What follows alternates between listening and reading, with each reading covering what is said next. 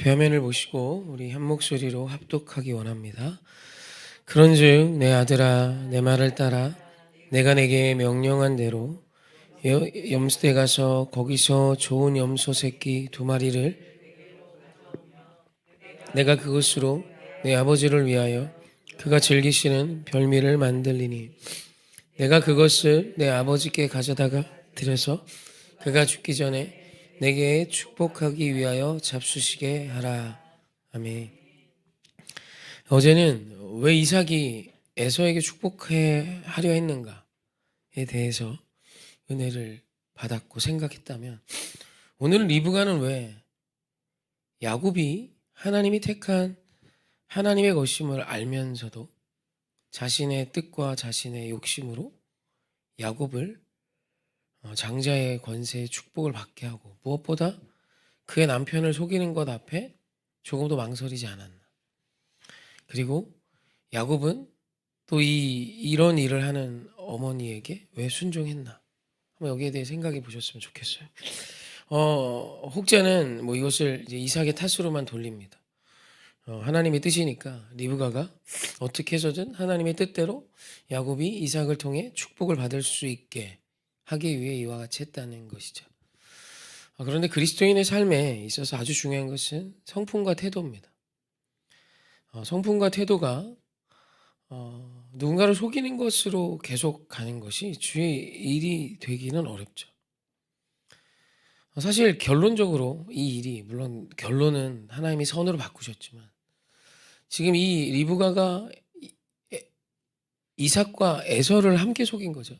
자기의 큰 아들과 자기 남편을 속이며 야곱에게 모든 축복권을 받게 함으로 이 형제는 20년간 원수로 삽니다. 야곱이 다시 이 고향 땅으로 돌아올 때 에서가 용서하지 않고 있었어요. 400의 군사를 거느리고 기다리고 있습니다. 죽이겠다는 의지죠. 그 분이 20년입니다. 그리고 이 일로 아버지 어머니는 20년간 자식을 보지 못합니다. 그리고 이 일로 야곱은 20년간 어려움을 겪죠. 삼촌 라반의 집에서. 물론 그것을 다 하나님이 선으로 바꾸셨어요. 주님이 분명히 우리 안에 하시는 하나님의 선한 역사지만, 사실 이 문제는 하나님이 정하셨습니다. 내가 선택한 건 야곱이야. 큰 자가 어린 자를 섬길 거야. 그게 내가 정한 것이야. 그럼 그리 되는 거잖아. 근데 이삭이 그럼에도 불구하고 에서에게 축복을 했던 이유는, 어제 말씀을 보면 에서에게 이삭이 말하죠. 에서야, 나를 위하여 내가 즐기는, 내가 즐거워하는, 내가 맛있어 하는 그 음식을 갖다 나에게 줘라. 그럼 내가 내 마음껏 너를 축복할 거야.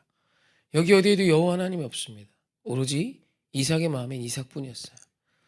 그러니까 오늘 우리가 하나님을 믿는다 하면서도 우리의 결정이 하나님이지 못한 이유, 우리가 말씀을 따른다 하면서도 말씀이 되지 못하는 이유, 우리의 결정이 말씀과 상관없어지는 이유는 우리가 믿음이 아예 없어서가 아니라 분명히 하나님을 알고 예수 그리스도를 믿지만 그 결정의 순간 늘 그 안에 나밖에 없는 거예요. 내 마음, 내 뜻, 내 조급함, 내 지혜, 내 판단. 오늘 리브가는 왜 야곱에게 이런 일을 시켰나? 오늘 말씀도 똑같습니다. 한번 같이 다시 한번 읽어볼까요? 그런즉 시작. 그런즉 내 아들아 내 말을 따라 내가 내게 명하는 대로 염소떼에 가서 거기서 좋은 염소 새끼 2마리를 내게로 가져오며 내가 그것으로 내 아버지를 위하여 그가 즐기는 별미를 만들리니 내가 그것을 내 아버지께 가져다 드려서 그가 죽기 전에 내게 축복하기 위하여 잡수시게 하라. 아멘. 리브가는 더 심한 말을 합니다. 내 아들아 내 말을 따라 내가 내게 명령한 대로, 내가 내게 명하는 대로 순종해. 리브가는 하나님의 뜻대로 주님의 역사를 선포하는 것이 아니라 지금 자신의 지혜에, 자신의 판단에, 자신의 뜻 앞에 차남인 야곱이 순종해야 할 것을 선포해요. 그리고 이어집니다. 염소떼에 가서 좋은 염소 새끼 2마리를 내게로 갖고 오면 내가 그것으로 내 아버지를 위하여 그가 즐기시는 별미를 만들이니 내가 완벽히 속여줄 테니까 너는 내가 명한 대로 해서 이 장자의 축복을 다 받아가라. 결국 이 모든 것이 상처가 됩니다. 여러분, 이것이 세상의 이야기예요. 세상은 나와 나의 싸움이에요. 내 뜻과 너의 뜻 사이의 줄다리기고 내 뜻과 너의 뜻 사이에서 늘 다툽니다. 그래서 그 결론이 무엇이냐면 지금 야곱의 가정, 지금 이삭의 가정에서 일어난 이 일이 사실 오늘 우리의 인생사의 이야기죠. 명절이 되면 형제자매가 함께 모여 풍요를 나누는 때이지만 그렇게 풍요롭지만은 않습니다. 형제자매가 함께 모이는 것이 기쁨이 되고 즐거움이 되는 가정을 찾아보는 것이 훨씬 더 어려운 것임을 이젠 알아요. 같은 배에서 같은 핏줄로 수십 년을 함께 살아왔지만 실제로 나와 너로 사는 자들의 형제와 우애가는 글쎄요. 장례식장에서도 함께 만나기가 어려운 그런 모습인 것을 꽤 많이 봐요. 실제로 그런 이야기와 스토리들을 너무 많이 알고 있고 실제로 법원에 가면 한 형제 한 자매가 함께 나와 소송하며 싸우고 있는 걸 쉬 봅니다. 어머니가 누워 계셔서 제가 성견 후견인 자격을 갖고 있습니다. 저는 이게 간단한 문제인 줄 알았는데 법원에서 판결을 받아야 합니다. 판사 앞에서 선고를 받습니다. 저도 뭐 거기 처음 서봐요. 성견 후견인으로 그렇게 까다로운 조건들을 다 갖추고 있고 매년마다 그 환자의 내 부모의 그 성인의 돈으로 무엇을 했는지를 다 보고해야 합니다. 그리고 이게 저야 이제 뭐 갈등이 없었으니까 한 번에 끝났지 치열한 데는 수십억씩 쓴답니다. 부모가 돈이 많은데 의식이 없어요. 그럼 아들, 딸들이 다 소송을 겁니다. 내가 후견이 난다. 정신 하나도 없습니다. 굵직굵직한 변호사들 나와서 이 변론이 뭐 한참 된대요. 첫째 끝나고 둘째 끝나고 다시 재소하고 복잡하더라고요. 뭐 저야 없어서 그랬는지 은혜가 있어서 그랬는지 뭐 그건 여러분 상상이 밖이고요.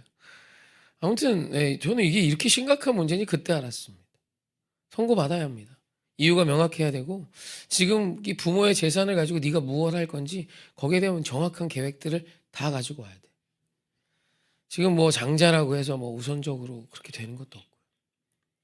왜 이런 일이 있나? 다 나로 너로 살기 때문이죠. 나와 너로 사는 인생에 이런 아픔은 당연히 있는 것입니다. 여러분, 그래서 오늘 우리 하나님께서 언제나 우리에게 도전하시는 건 하나님의 뜻대로 해요. 여러분, 회복은 거기에서부터 시작되는 겁니다. 한 사람이라도 이삭과 리브가와 야곱에서 이 네 사람 중에 한 사람이라도 진리로의 삶을 선택하며 결정했다면 야곱이 말했다면 엄마 이거 아니에요. 하나님의 축복이 어떻게 하나님의 정하신 뜻이 사람의 계획과 사람이 하고 싶은 대로 되겠습니까? 그렇지 않습니다. 발람의 저주를 아시죠? 이스라엘을 저주하려 해도 그 입술에서 축복이 나오게 되어 있습니다. 주님이 하시는 일은 그런 거예요. 그런데 오늘 우리는 주님의 놀라운 일에 어떤 크신 뜻을 알고 내 식으로 그 일을 이뤄가려 합니다. 주님과 상관없는 일이 돼버린 거죠. 내 인생의 목적의 끝은 하나님의 영광이라 말하지만 여러분, 하나님의 영광은 그분의 뜻대로 그분이 일하시는 거예요. 아멘이십니까? 그래서 오늘 우리의 인생에 한 사람이라도 내 주변에 한 사람이라도 하나님의 뜻이 답이 되어서는 주님을 쫓는 자의 삶을 살아간다면 여러분, 이 참극은, 이 가슴 아픈 가정사는 우리의 인생에서 멀어질 수 있다는 것입니다.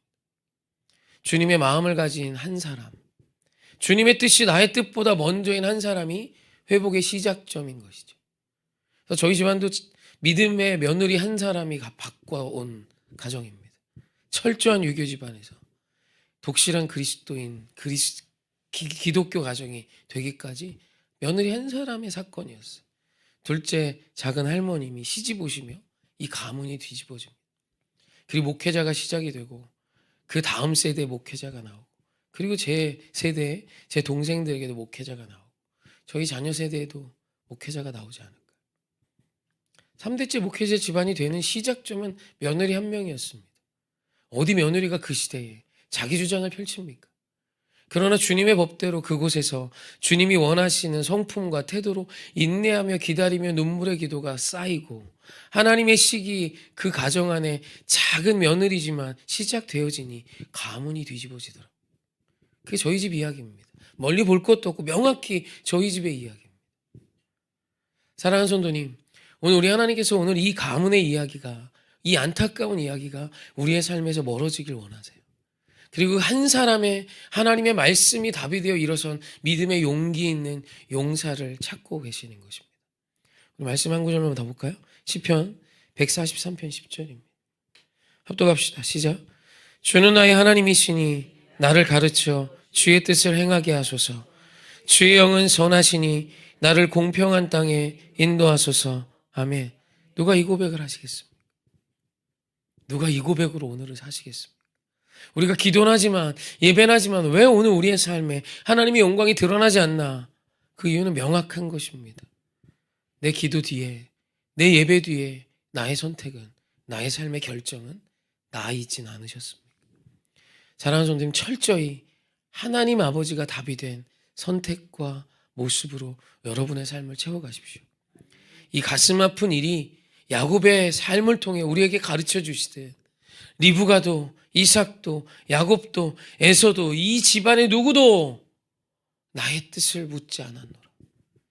이 사건 앞에, 장자의 문제 앞에 나의 계획과 뜻으로, 나의 방법으로 행한 자가 아무도 없었노라. 모두 다 내 뜻대로, 내 방법대로, 내가 원하는 대로, 내가 즐거운 대로 행하였노라. 그것이 비극이 되었고, 물론 그럼에도 불구하고 하나님이 야곱과 이 가정과 함께 하심으로 회복과 치유와 하나됨이 다시 일어났지만 그건 전적인 주의 은혜지. 사랑하는 성도, 이 비극, 이 아픔이 여러분 우리 가정에선 멀어지셨으면 좋겠습니다. 여러분 진짜 행복은 말씀 안에 있는 것입니다. 내가 아닌 하나님이 답이 되어 사는 저와 여러분 되시길 주님의 이름으로 축원하며 부탁합니다. 아멘.